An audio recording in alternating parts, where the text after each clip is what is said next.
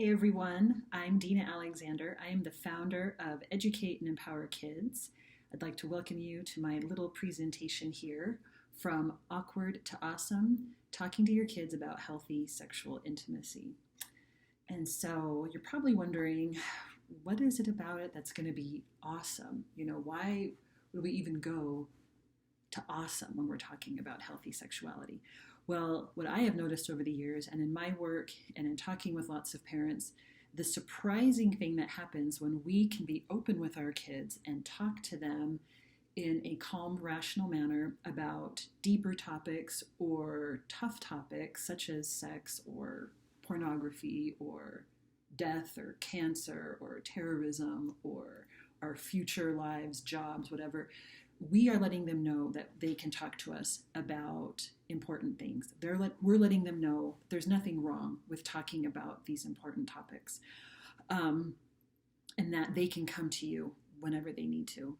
Now, as you're going about this, as you are starting to have these conversations with your kids, it is really important that you have a goal in mind, that you don't just watch this or another podcast or presentation and think, oh, I got to have that conversation and so said I should.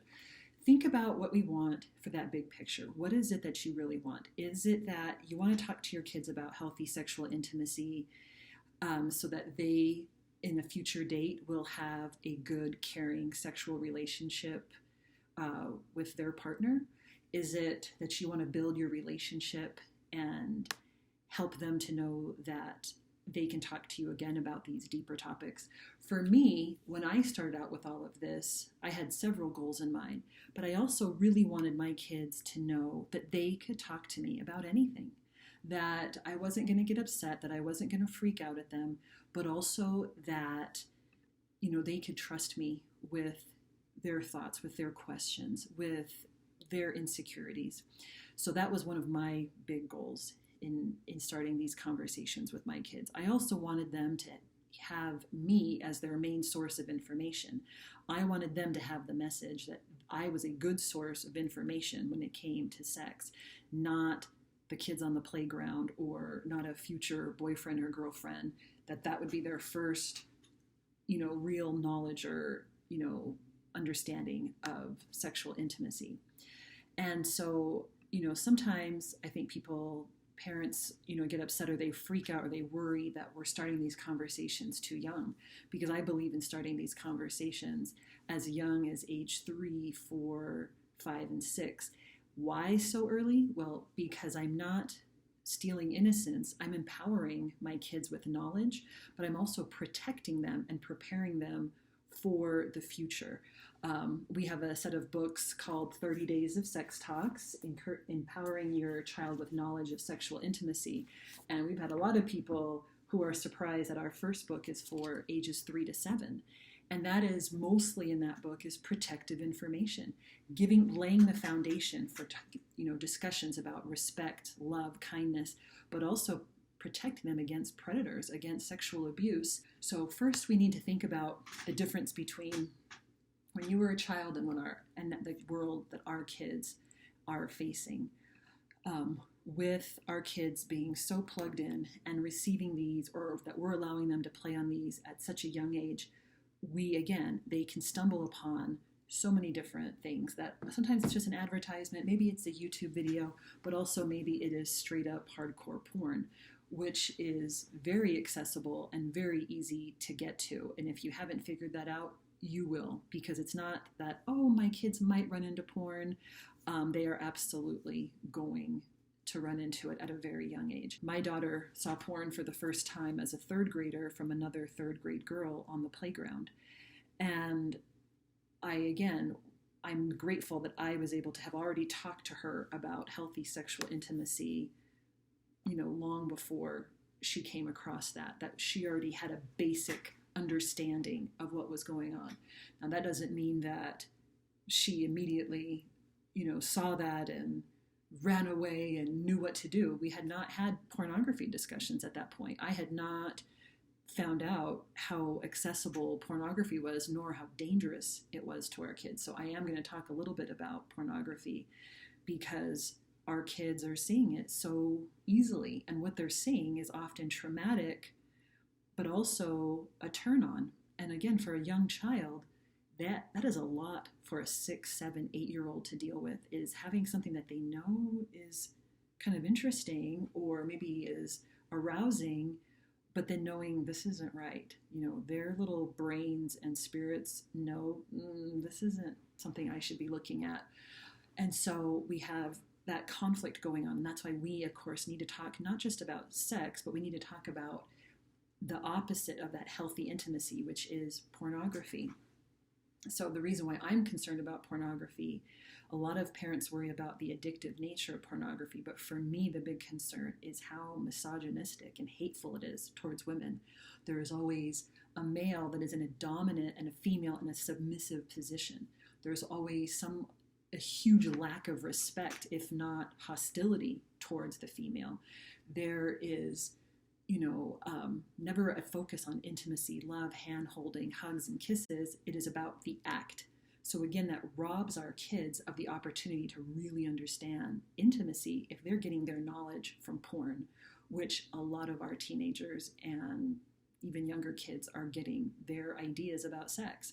So I worry about that because that seems to create, in some ways, and I hope you don't think this is too dramatic, but it creates sort of a sexual psychopath, a sexual narcissist, when we think that all that matters is my sexual needs and that I can pull my partner's hair or grab them or do anything I want to them for my own pleasure. Because again, that is what pornography teaches.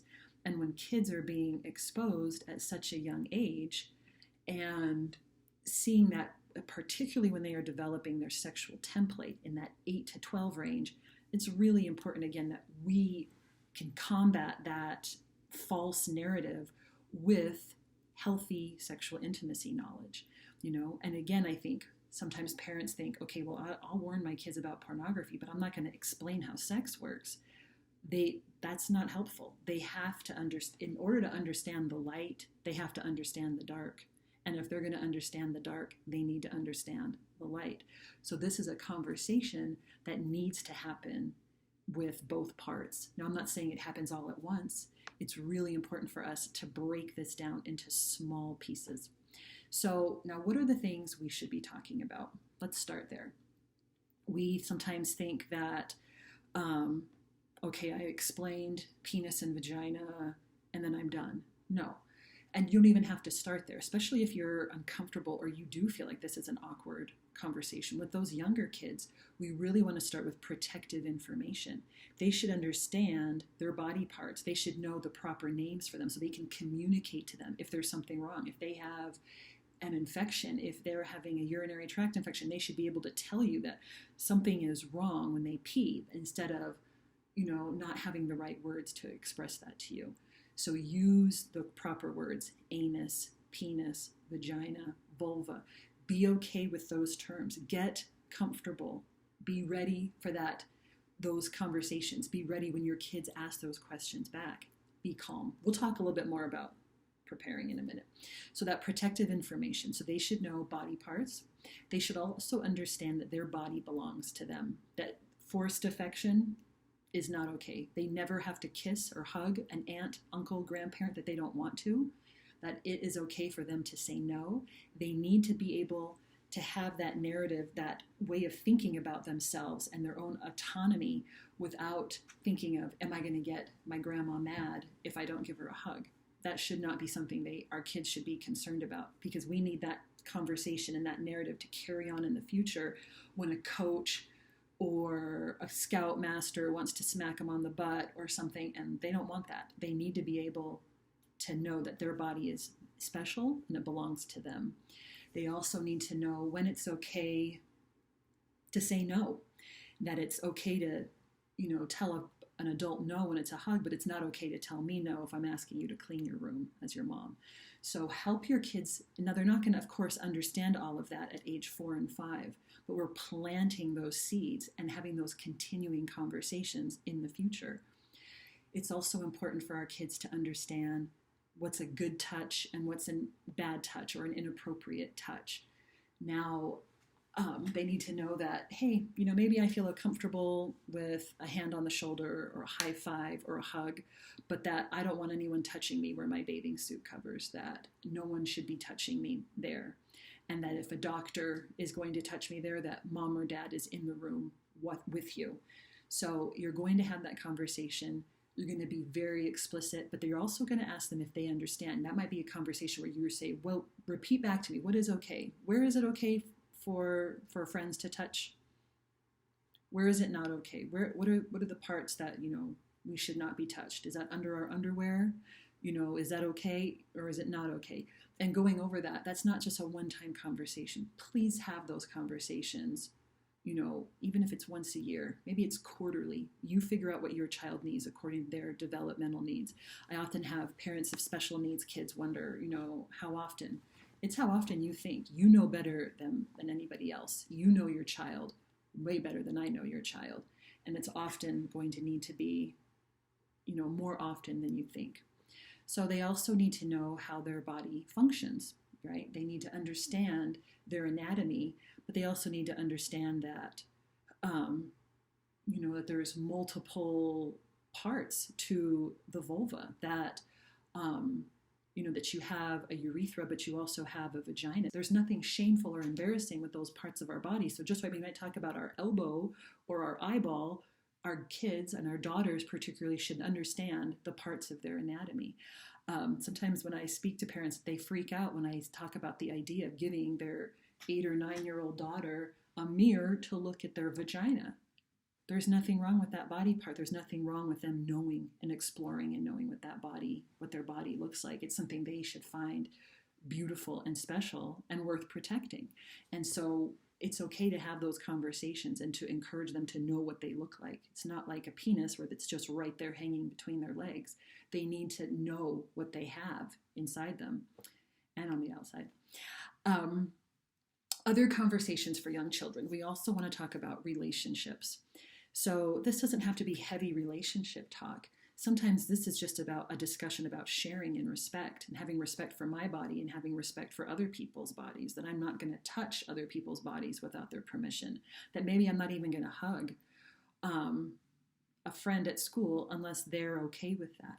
Again, that is according to your culture and your values in your home. But they need to, again, have those, we're building those building blocks of understanding respect, because these are the foundation of later on, before our kids are dating, before they're having sex, that they need to understand what respect is, what a healthy relationship looks like. So we start with those simpler conversations when they're younger. We should also have discussions about gender. And that, again, is according to your values and what you believe and feel about boys and girls, the differences between boys and girls, or if you want to start a conversations about trans issues, you start that when you're ready. Friendships and familial relationships. So that, again, we want to talk to our kids about understanding, who are the people that we love and trust, and what are the differences between romantic love and friendships. Now, again, those are things that we sometimes take for granted, but are really fun and interesting conversations to have with young kids, to see where they gauge or what they understand to be romantic love and those types of relationships that might lead to something sexual versus a familial relationship. How many times have we heard a little boy say that he wants to marry his sister or his mom, or we've heard a little girl say that she wants to marry dad? Again, that's a great conversation to help them understand, no, that's not how it works. You're not going to want that in the future. Let me explain why, there's something, that there's other relationships out there. Now, for older kids, we have other discussions, right? So I'm making the assumption that you've had these discussions with younger kids as you are, when you have a child that is maybe 8, 9, 11, 13, and you're ready to kind of move on to the next conversations. They understand their anatomy, that they understand basics of their bodies, and also they already understand where babies come from. I should have mentioned that earlier. That's a discussion that you want to have with younger kids. They should know where a baby comes from, that a baby doesn't just appear magically, that that's what's growing, that it's okay to, when they, that's a great conversation. If you see a pregnant woman, to tell them, hey, they have a baby inside them. That's awesome. Your kid's going to ask how that happened, especially if you have more than one child. I do not believe in waiting for them to ask me. That was the advice that I got when I was a young man. Wait for them to ask you. At this day and age, we no longer believe that. You've got to start that conversation before, where they understand that a man puts his penis inside of a woman's vagina, and that the sperm climbs and meets the woman's through the fallopian tubes and meets the ovaries in order to plant the semen into the egg. They should understand that even in that 7, 8, even 6 and 5-year-old. Again, you're not stealing innocence. You're empowering your child with knowledge that they can understand this. Okay? And so it's important for them to understand that, because you want to be that source. You want them to hear it from you, not from their friends, and not on the playground, and certainly not from porn. Okay? So as we get with our older kids, it is now time to really emphasize again intimacy, because what they're seeing in every commercial, even in literature and books, advertising, movies, porn, there's very little, if nothing, having to do with intimacy. And we need our kids to understand that that is what makes sex wonderful and amazing, is that intimate relationship that you can build that comes from a healthy, powerful, loving relationship.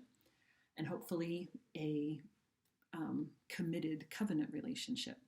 So at that point also, kids need to understand that sex is a positive, amazing thing. When they're little, you can talk about it in a positive way, but they also, that won't connect as well as when they're older, 7, 8, 9, 10, where they understand that sex is a beautiful, amazing thing. I always remember my mom was not super explicit in talking about sex with me, but she talked about it like this, that it was just so amazing and beautiful. And so even though I didn't understand all of the mechanics and logistics of sex, I understand that it was something awesome and wonderful and positive. And I am really lucky that that was the conversation, the tone that was used in my home growing up. So please help your kids understand that this is a positive, amazing thing. Now, as they get older, though, it is time to also explain the negative effects, the negative aspects of sex, unwanted pregnancy, STDs, that there's a right time and a right place for sex. They also need to understand consent, and that's part of that respect conversation and understanding how to protect themselves. I think we often think that little kids understand about predators, or that we've talked to them about stranger danger or some stuff that when they were younger kids. This is an ongoing conversation that has got to happen even as they're middle schoolers and teenagers, particularly as sexual abuse, peer-to-peer sexual abuse, is skyrocketing these days. There is so much more acting out on peers than, say, when I was a kid. And that, I personally believe that is from pornography, that is from seeing so many, videos and clips of things that kids are exposed to and that they seek out as middle schoolers and teenagers, where sex is something to be taken, right, versus something to be given in love and kindness. So their view of sex and what they are entitled to and what is okay to do to the opposite sex has been very warped and changed in a way that is not healthy or empowering for boys or for girls. So because of that, we need to be able to continue those conversations about consent, about kindness, about love, but also, again, about predators and how they groom kids, how even teens will groom other teens. I did a presentation a few years ago about predators. And in that conversation, though, I was focusing more on adults. And I had my he was 15 years old at the time. My son was editing the video for me. And he said, Mom, there's a kid in my class that he had all these pictures of nude girls that he was showing me. And I asked him how he got that. And he said, it was everything that you said in that video, how he gives them gifts, how he will pay them compliments, how he will make them feel special, all these things. He told me that's all the stuff that he did basically in order to get these nude photos. And we ended up having a great, discussion about, that this is something that happens, that this is something that happens in high schools, in middle schools, in churches, in clubs and groups and all these places that we think maybe are safe places, but they're not, because again, our kids are being exposed to so much more out there. As we have these conversations, we want to continue those discussions about bodily knowledge, because again, our kids' bodies are changing. So if you have not already discussed that in that 7, 8-year-old, 9-year-old range, talk about puberty, all those changes, help them understand that it's coming. Now, this age as well, it is some of the most fun, interesting conversations about relationships. When I have parents, again, who are nervous about having conversations about sex and saying words like penis and vagina, I encourage them to start with easy conversations like relationships.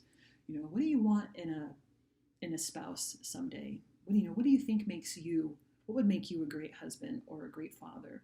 Those are simple, fun, interesting conversations that are a good foundation for then kicking it up to the next conversation, which might be about dating, sex, intimacy, when you can start on a simple place. But it's also so important to gauge where they have been observing, what the healthy relationships they have seen, and what they have observed in you and your partner. And so this is also a great conversation to help them to talk about abusive relationships, to help them know that yes, this happens. This happens to teenagers, not just adults or people in other neighborhoods or somewhere else, that this can happen in any relationship, in any, religious background, in any cultural background, that it happens everywhere. And there are just so many different conversations, and I know I'm not covering everything. So if you need more help, these conversations, we have 30 different discussions in all of our books. But let's talk for a minute about how to do this, right? So the things that you need to talk about, but you also need to understand how you're going to do it, right? I think the first thing as parents is we need to understand we're not going to do this perfectly. I have spoken all over the country. I have heard from other experts, and every single parent has a horror story about how they have screwed these conversations up with their own kids. Never perfect, okay? None of us are going to do this perfectly. It is also really important for you to understand what are the things that you feel awkward or nervous about. Have you had a sexual experience that was negative? Have you had sexual abuse in your life? 1 in 4 women, 1 in 5 men have had some kind of sexual abuse in their life. That's a lot of us that have had that. And those are sometimes the baggage that we carry that makes us uncomfortable with some of these conversations. Maybe you had a bad, relationship. Maybe it's a bad marriage. Maybe you've had something that was really negative. Figure out what those things are. Typically, when I meet with parents and talk with them, it is far less serious than they think it is. They kind of build it up in their heads, but when you break it down into different conversations like we've done in our books, you will often find that it's much simpler than you think, right? That there's much less to it. And then again, you can cover those topics or those things that you're nervous about later, okay? You can find the things that you are comfortable. Maybe it's no big deal for you to talk about puberty or to talk about kissing or to talk about dating or to talk about, respect, whatever. Find those conversations that you are comfortable with and start there, okay? Also, I think we sometimes think that there is a certain pattern and that this is the only way to do it. There's not a certain pattern, again, because you know your kids better than anyone else. You were meant to be this child's parents. I don't believe in accidents, especially when it comes to the design of our families, and you are the right mother and the right father for these kids. You know them and love them better than anyone else. So use your background, your values, and your cultural beliefs to guide this conversation. If you're a religious person, bring in those religious, beliefs and what you believe. If you believe that sex is something that only happens after marriage, then you need to explain why. You need to in a way, bear testimony of why you think that's important. Same thing if you have different views on masturbation, right? That is a topic that still causes so much shame and embarrassment in boys and girls, not just boys, but girls too, right? Let's stop that shame. We need to be able to help our kids have a conversation. If you think that masturbation is great, explain it. But you probably have some kind of rule to it, right? Like, don't do it at the dinner table, do that in private. Or if you believe that's something that is inappropriate and shouldn't happen, explain why in a loving, kind way. Because I know from experience that, and from every expert in the world, that there's nothing that will drive you further apart from your child than shame. Why did you do that? How could you do that? Why would you look at that porn? Those are totally unhealthy, and helping your kids understand the difference between guilt and shame. That's an amazing conversation, and it's kind of strange, but that is part of a sex talk, is helping them understand the difference between shame and guilt. Guilt, it means I made a mistake and I need to fix it. That's that feeling. Shame is I'm a terrible person and I've done something horrible, or I am a horrible person. We need our kids to understand the difference and really dissociate sex from anything shameful, okay? With your kids, be real and be compassionate, be honest. I do not believe in telling my kids, I'll tell you later. If they've asked the question, they're ready to hear the answer, even if it's shocking to them. There was a few years ago, I was having a conversation with a friend, and we were discussing Monica Lewinsky, and without realizing that my 9-year-old was behind me, I said the words oral sex. And he, of course, said, Mom, what's oral sex? And I said, oh, well, let's go talk about that in private. And I knew my 11-year-old didn't know what it was either. So we had a conversation about it. And of course, they were horrified by the idea of oral sex. But this 9-year-old, who still to this day asks amazing questions, also said, Mom, what other types of sex are there? And so I knew I needed to tell him about anal sex, right? Again, they were horrified. But again, I was happy with that conversation because they heard it from me first and not on the playground, okay? And I knew about those things, not at age 9, but I knew about those things definitely by age 11, both of those things. So again, I need my kids to hear it from me because I want to be that best first source of knowledge, okay? Now, generally also for these conversations, I just want to finish up with some other discussions here of creating that home of openness and trust. Maybe that's the first thing you begin with. Maybe it's something that you say midway or, towards the ends of these conversations. But it's so important for us to acknowledge that curiosity about sex and even curiosity about pornography is totally normal. It is absolutely normal and natural and biologically given to me that I am going to want to see naked people, that I want to know about sex, and that I want to understand my body. There's nothing wrong with that. And our kids need to know that from very early on, that curiosity is a good thing, okay? Also, as you're having these different discussions, we've mentioned a lot of different topics: puberty, masturbation, sex, orgasm, oral sex, anal sex, where babies come from, healthy relationships, protective knowledge, predators. That's a lot of conversations. Now, obviously, these are not something we're going to do one time. We're going to start with some of those simpler things and then build onto them. It's also a good idea to plan ahead. If you have a partner, do it with your partner, but be on the same page with that partner if you can, and plan it in your mind a bit, or maybe even take, a couple of notes, but don't make it an event, right? It needs to be really relaxed and simple because we want our kids to be able to recreate it, meaning we need them to be able to know, oh yeah, I can talk about this in the car on the way to soccer practice, or, we have family night every Monday night, so I know I can bring up different questions, okay? And so I was on a podcast a few weeks ago, and they mentioned that they keep our book, in their car, so that when they're driving places, that they will bring it up and talk about it. And that to me is a nice, simple thing because, again, we've broken it down into 5-10-minute discussions. Make these discussions not the talk, but many different small chats, right? It's not the talk, it's many different chats, right? Make it simple and make this something that you have focused a goal on, but also that you can hopefully be on the same page with your partner. But use this as an experience to grow closer to your child. And I know that might sound odd, but that was probably the best side effect of all of these conversations and in writing these books with the other folks that I wrote these books with the different people that we gave the books to test out on their kids. That was something that came back to us all the time. I cannot believe how awesome this has been. This has been so wonderful having these discussions. I thought it would be a 10-minute discussion. It turned into an hour-long conversation because they were asking me questions.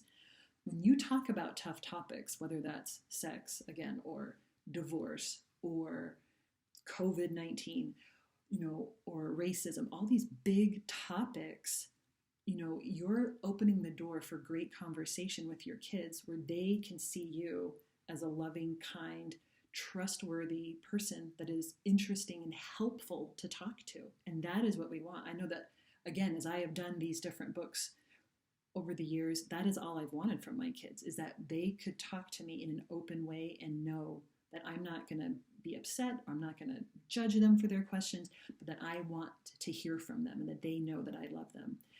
Above all, that is what our kids need to hear. They're not going to care what we say or how knowledgeable we are unless they know how much we love them.